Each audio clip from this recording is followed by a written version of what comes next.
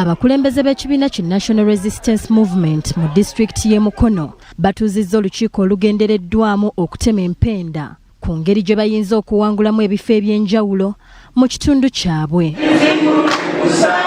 Okusinziira ku RDC w'e Mukono Hajat Fatuma Ndisa bannabitaka, amaanyi balina kugateeka ku kifo ky'omubaka wa munisipaali y'e Mukono basiguukulule Betty Nambooze, awo n'ebitundu ebirala bajja kusobola okubiwangula.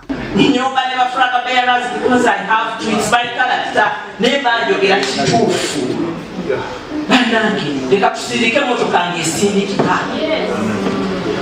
Ate yes on all of us. Twandibadde tuwabawinga idea okufa eri mu bali abatuwangula. Batuwangudde kati ebisanja bigenda mu bina. Here in Mukono.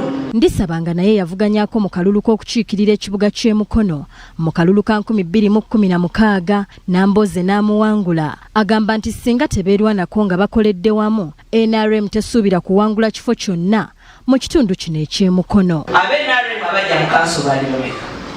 It is the same kibalo mwami okuuya. When Fatuma failed in 2016, bakansaba okuleka aba special interest groups.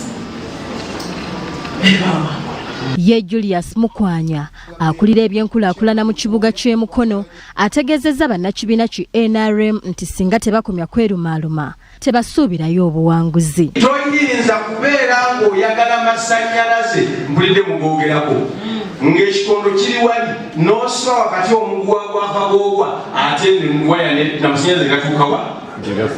Okusinziira ku ssentebe wa NRM mu kibuga ky'e Mukono John Baptist Wamala, balina okulwana okulaba nga bamalawo enjawukana ezijjudde mu bannakibiina kyabwe. Era mubaddemu obumulumulu ng'abamu bawagira ba independent ate kiyinza okusala ku buwagizi bwaffe.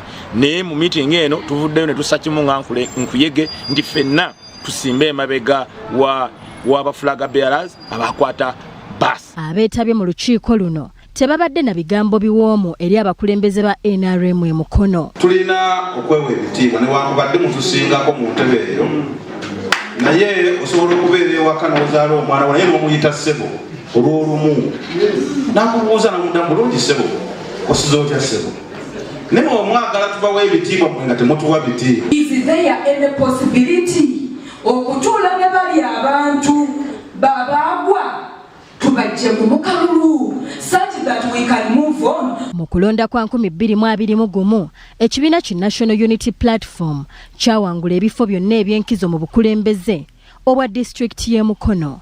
Patricia Nakayima ne Ronald Kalumba, BBS Telefina, Gambooze.